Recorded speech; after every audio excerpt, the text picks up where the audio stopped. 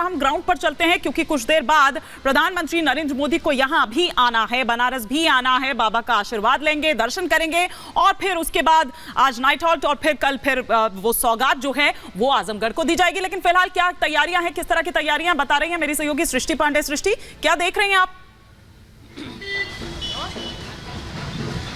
बिल्कुल ईमानी, देखिए आपको बता दें, जैसा आपने कहा कि प्रधानमंत्री बाबा का आशीर्वाद लेने के लिए यहाँ पर आने वाले हैं और इस वक्त आपको बता दें कि काशी पूरी तरीके से महादेव की नगरी मोदी में हो चुकी है। मेरे पीछे आप ये तस्वीरें देख सकते हैं, ऐसे जगह जगह पर पॉइंट्स बनाए गए हैं ढोल नगाड़े के साथ में। आप देखिए इसी तरीके से प्रधानमंत्री के स्वागत की जो तैयारियां हैं वो यहाँ पर शुरू कर दी गई हैं। फूलों के साथ में लोग यहाँ पर इकट्ठा है, लगभग हर आधे किलोमीटर पे इसी तरीके के पॉइंट्स यहाँ बनाए गए हैं। क्या कुछ कहना चाहेंगे? प्रधानमंत्री आ रहे हैं, काशी के सांसद हैं, अपने आप को बेटा कहते हैं यहाँ का। वो बेटा हक कहते हैं क्योंकि मोदी जी यहाँ काम किए, एकदम एक बेटे की तरह वो मोदी जी काशी में काम किए हैं और विश्वनाथ जी का भी आशीर्वाद उनके ऊपर सदैव बना रहे और हमेशा वो चुन के यहाँ के हम लोग के काशी के सांसद चुन के ही आए। हम लोग की यही दिली इच्छा है।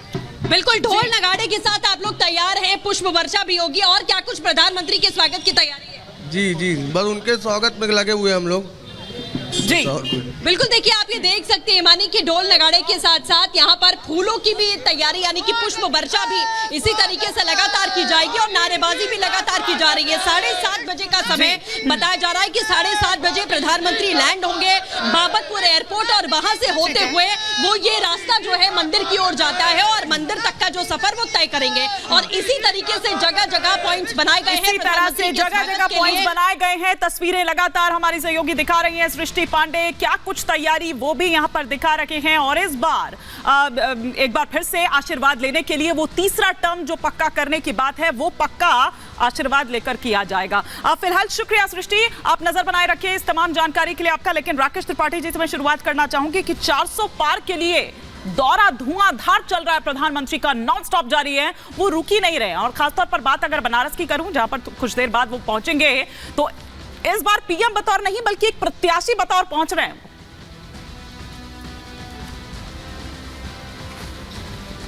देखिए, ये काशी के लोगों का सौभाग्य है कि काशी के लोग केवल एमपी नहीं चुनते हैं बल्कि वहां से सीधे पीएम चुनने का काम करते हैं। ये निश्चित तौर पर काशी के लोगों पर महादेव की कृपा है। कल ही महाशिवरात्रि बीती है और जिन पर बाबा की कृपा होती है निश्चित तौर पर उनको यह सौभाग्य मिलता है। काशी देश में, दुनिया में सबसे प्राचीन नगरी मानी जाती है जो भगवान शिव के त्रिशूल पर टिकी हुई है। पूरी दुनिया का विनाश हो जाएगा लेकिन काशी अविनाशी है, काशी का कभी विनाश नहीं हो सकता है। काशी कई सारी संस्कृतियों का मेल है। काशी में आपको हर राज्य की एक प्रतिकृति वहां दिखाई मिलेगी। आप जब अभी सृष्टि रिपोर्ट दिखा रही थी तो उस रिपोर्ट में भी आपको पीछे दिखाई पड़ रहा होगा कि अलग अलग समाज के लोगों के द्वारा वहां स्वागत किया जा रहा है। मुझे लगता है कि काशी के लोगों ने जिस तरह से उनको स्वीकार किया है और प्रधानमंत्री जी ने जो कहा था कि मैं काशी आया नहीं हूं बल्कि मुझे मां गंगा ने बुलाया है, आज काशी का स्वरूप पूरा बदला है। काशी नित्य नूतन चिर पुरातन की तर्ज पर बदली है और केवल काशी नहीं बदली है बल्कि पूरे पूर्वांचल में इसका एक सकारात्मक असर हुआ है। उत्तर प्रदेश का पूर्वांचल एक समय में माफियाओं की आहट से थर्राया करता था। मुख्तार अंसारी और अतीक अहमद जैसे कुख्यात अपराधी रंगदारी वसूली करने का काम करते थे और कोई व्यवसाय डेवलप नहीं हो पाता था। लेकिन आज नरेंद्र मोदी जी के मार्गदर्शन में आज पूरे पूर्वांचल का कायाकल्प हुआ है। पूर्वांचल में आज एक पर्यटन, आध्यात्मिक पर्यटन एक बड़े उद्योग के रूप में स्थापित हुआ है। बड़ी संख्या में लोग वहां पहुंच रहे हैं और काशी ने तो रिकॉर्ड तोड़ दिए हैं। मतलब गोवा और केरल जाने वाली जो पर्यटकों की संख्या थी उसके 3 गुना संख्या आज केवल काशी में दर्शन करने के लिए जा रही है। और कल ही महादेव के लिए जिस तरह से महादेव के दरवाजे पर तांता लगा हुआ था भक्तों का, मुझे लगता है कि ये प्रधानमंत्री मोदी जी के विजन का एक परिणाम है। आज जो काशी विश्वनाथ का कॉरिडोर देखते हैं, प्रधानमंत्री जी ने लगातार पूरे देश को मथने का काम कर रहे हैं। एक एक राज्य दर राज्य दौरा कर रहे हैं और पार्टी के प्रति लोगों का जन समर्थन और मजबूत करने का, पार्टी के प्रति लोगों का जो जन समर्थन है उसे और मजबूत करने का काम कर रहे हैं। लेकिन वरुण पुरोहित जी और अब्बास हैदर जी, पहले वरुण पुरोहित जी का रुख कर रही हूं कि वहां तो धुआंधार प्रचार जारी है, पीएम नॉन स्टॉप एकदम जारी है, लगे हुए हैं, दिन रात एक किए हुए हैं। आपकी क्या तैयारी है? आपके तो जो दिग्गज रह गए हैं जो अब पार्टी में, वो चुनावी नहीं लड़ना चाहते हैं। ऐसा लग रहा है कि जैसे हथियार ही डाल लिया उन्होंने, पहले ही हार मान ली है। क्या तैयारी है? हिमानी जी, मैंने कई बार कहा, आज फिर रिपीट कर देता हूं, कांग्रेस बीजेपी का रेप्लिका नहीं है। हाँ। आपको याद होगा कई पार्टियां, नाम नहीं लेता हूं, वो साल भर पहले ही प्रत्याशी घोषित कर देते थे। अरे सर अब तो एक हफ्ता रह गया, डेट अनाउंस होने वाली है, कांग्रेस ने डेट अनाउंस होने वाली है। कांग्रेस ने मानी जी कभी अब आप सुनना नहीं चाहते? नहीं मैं सुन रही हूँ। कांग्रेस कभी ऐसा नहीं, लास्ट आखिरी दिन फॉर्म भरने से पहले भी टिकट चेंज हो जाते, आखिरी दिन फॉर्म भरने के पहले भी टिकट चेंज हो जाते हैं कांग्रेस में। ऐसा नहीं है, आज से नहीं है, इंदिरा जी राजीव जी के जमाने से तो मैं देख रहा हूँ। ये बार बार एक नैरेटिव बीजेपी ने ऐसा कर दिया, आप क्यों नहीं कर रहे हो? भाई हम हमारे हिसाब से कर रहे हैं। दूसरी बात आपने क्या कहा, 15 वर्षों बाद नवीन पटनायक से समझौता हुआ।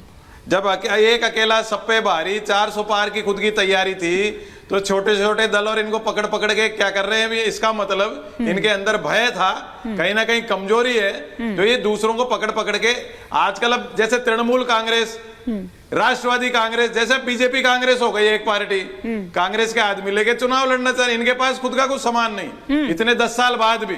तो ये पूरे दावे खोखले हैं कि भारतीय जनता पार्टी अकेले 400 सीट पे या 300 सीट पे आ सकती है। अच्छा वो उनको अभी अकेले, अमित शाह जी का आप बता रहे थे ये लक्ष्य वो लक्ष्य, वो अकेले भी इतने सक्षम हैं, वो उसके बावजूद उसके बावजूद उनमें वो भय हैं, लेकिन आप में बचे कुचे जो रह गए सर, वो भी गिनती के मतलब उंगलियों में गिन लेंगे।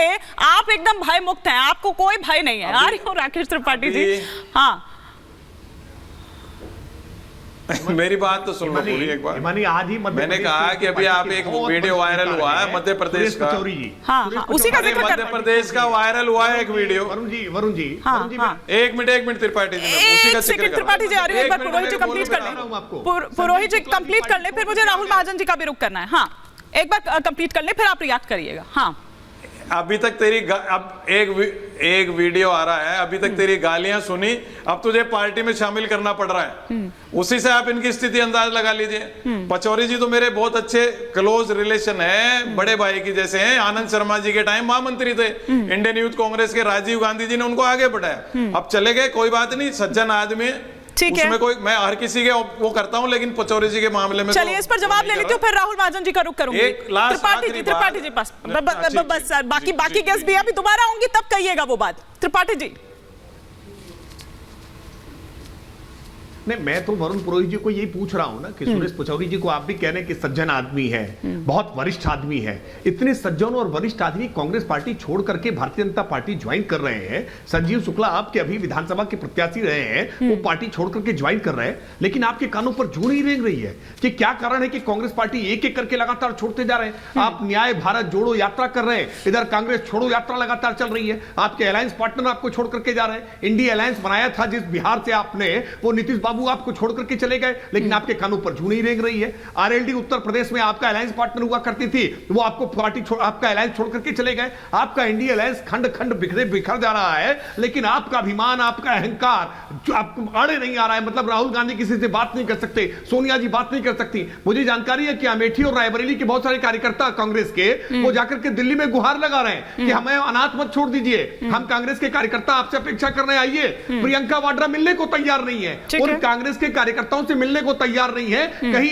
यूपी में चुनाव लड़ने के लिए हामी ना भरनी पड़ जाए, क्योंकि यूपी में चुनाव जीतना तो अब संभव नहीं रह गया है। जिस सपा की बैसाखी पर चलते थे, वो सपा की बैसाखी भी टूट गई है। उनके विधायक वहां समाजवादी पार्टी छोड़ के चले गए। सपा अपनी पार्टी बचावे कि आपको जितावे, तो बहुत मुश्किल है कांग्रेस के लिए। मैं जानता हूं बहुत मुश्किल दौर से कांग्रेस गुजर रही है, लेकिन आत्मचिंतन करे, आत्ममंथन करे, आगे के चुनावों के लिए तैयारी करे।